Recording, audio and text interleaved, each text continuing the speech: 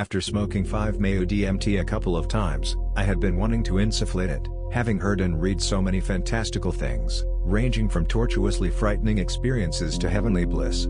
Finding myself rather free of obligations and at home alone on a Friday afternoon, I decided to give it a shot. My use of psychedelics is primarily for therapeutic purposes, although no doubt, they've provided for some good recreational times as well in the past. I've been feeling kind of down on myself lately, so today I wanted to dig deep and see what might be bothering me.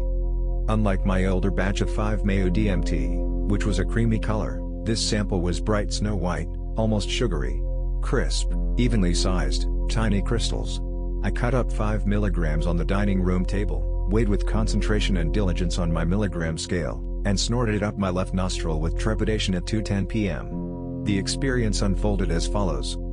2:13, first alerts, and rapidly moving to A+1. The nasal burn is rather nasty, but not quite as ferocious as 2CE. It smells like DMT but a lot milder, which I am thankful for.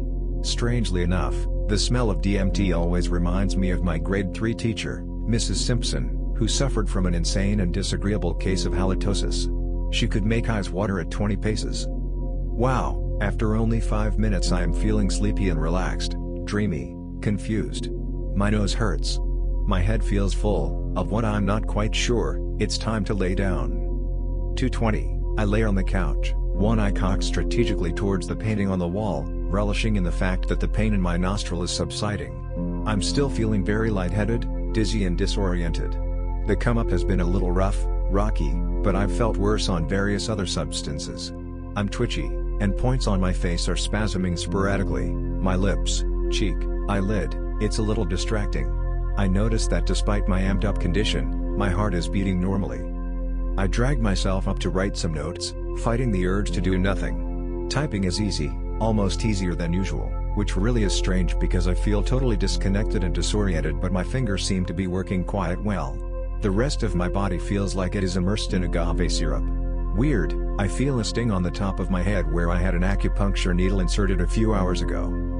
There is not much happening visually, but things do look different, similar to the way things look when I stand up too fast and feel faint, but I don't feel faint.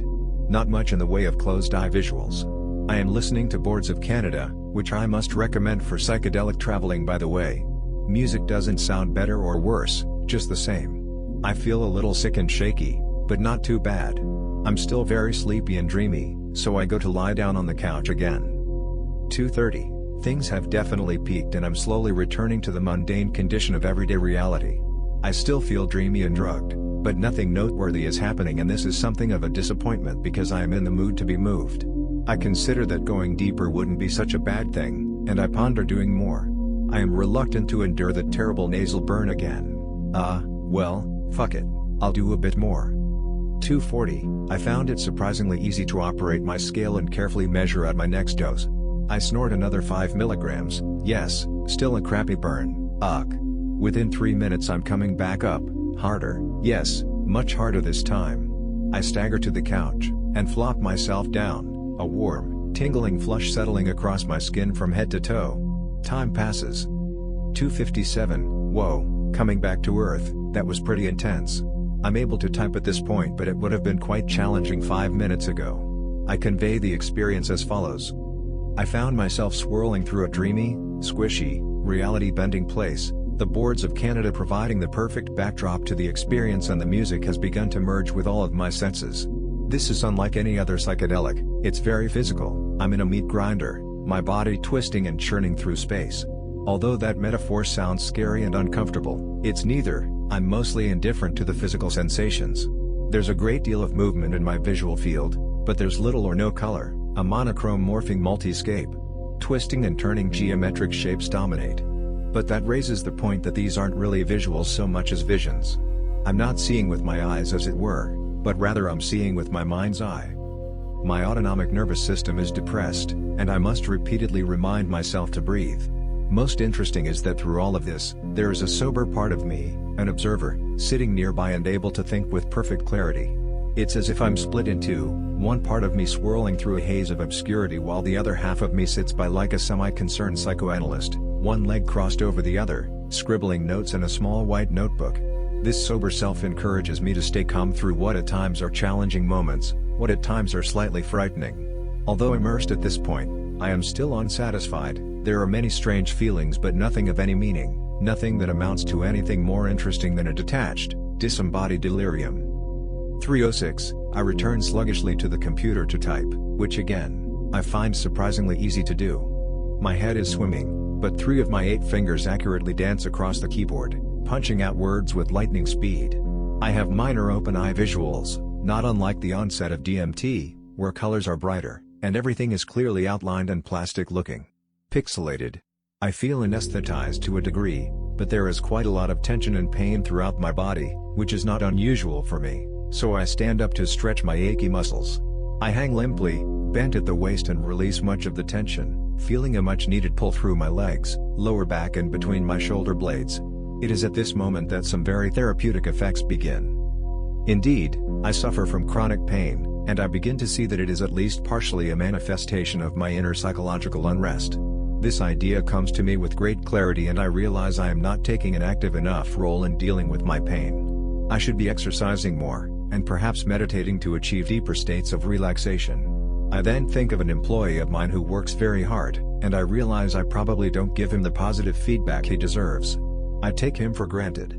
I scurry to the kitchen to write myself a reminder note to rectify this when he returns from vacation. I also realize that my work wardrobe is getting shabby. In an effort to minimize my impact on the earth, I try to get the most mileage as possible out of my clothes, but I probably need to bite the bullet and get some new ones. For all the work I do to minimize my impact on the earth, perhaps I can afford myself this small token of self-appreciation. Yes. What mind medicine? There's more, but I'll save you from the personal details. I decide I really should do this more often. I have the munchies. 3:48, I've been on a linear easygoing come down for the past 45 minutes, and spent this time satisfying my munchiness with an evil bowl of Doritos and pondering my life condition. I feel no ill effects as the drug departs my body, as I would for sure if I were coming down from say, 2CE. I am almost down to baseline, and I return to my office work with renewed vigor. I take a break to stroll off down the road to pick up my mail and talk about a movie with a very good friend on the telephone. The sun is bright and warm on this fine spring day in Spangleville. 4:30 completely straightened out and no come down to speak of, no tension, no pain, no jitters, no lack of appetite, no cracked out feeling I usually get from psychedelics. I feel wonderful and giddy. I begin to prepare homemade pizza for my love, who is returning from work shortly. I smile reassuredly to myself as I work. I'm happy and excited to share my experience with her. Conclusion. This definitely lived up to all of my expectations. Although it left many questions unanswered, 5-MeO DMT provided great therapeutic benefit, and I look very forward to doing it again soon. This was not a recreational experience for me. I couldn't label it as fun at all, but it was rewarding and enlightening. I don't suspect the DEA is particularly concerned with this one. The strange, intense and sometimes uncomfortable effects of this material will make its use self-limiting for sure. File this one under medicine. No doubt, 5 mg was not enough. 10 mg was adequate, but I could have gone deeper, and next time will increase my dose to 7+7. Splitting the dose was a good idea. I think it smoothed out the come-up somewhat and allowed me to transition into the deeper experience with greater ease. I have no doubt that in larger doses, this medicine could serve me with the terror I have read so much about, and at times in the past felt. The ominous power of 5-MeO DMT is well understood by this meek and humble traveler. I will proceed with great caution and respect. I can only thank a higher intelligence, God, for providing these gateways to higher consciousness,